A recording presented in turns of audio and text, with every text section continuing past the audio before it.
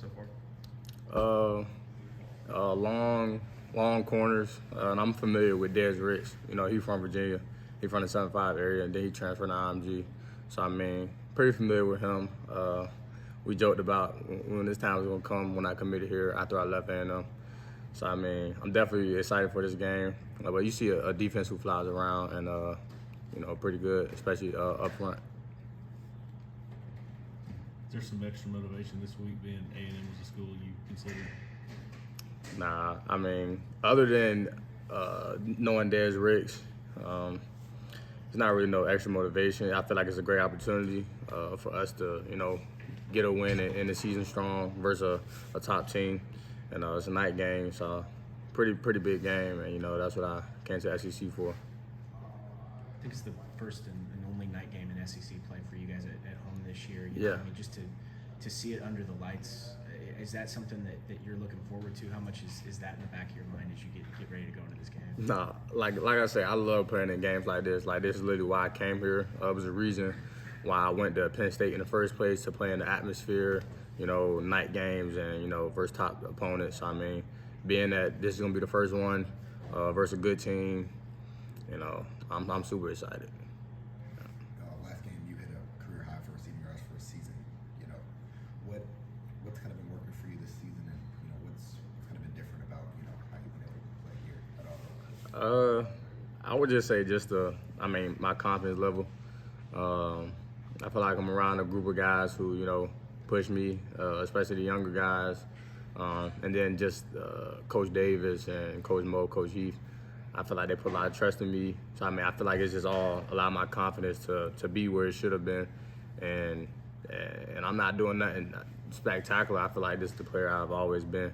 And I still feel like there's more on the table. So I feel like I still ain't really, you know, what do they say? The best is yet to come. It sounds real cliche, but that's how I feel, honestly. So, I mean, just been capitalizing on all the opportunities and trying to do my best to, you know, lead the young guys and help the team win.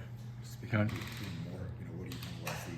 What over these next two games, what are your kind of your goals for yourself that you still want to, you know, put out there? Obviously get the win. I just say that and do whatever I got to do, whether that's 10 catches, which I love, for whatever many yards.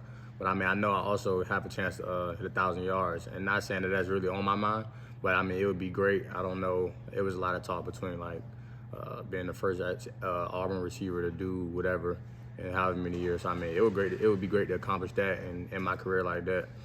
But, I mean, ultimately do whatever I can to, you know, help us go 2-0 these last 3-0, whatever. What do you think it meant to Cam Coleman, a young guy, to have a game like he did last week?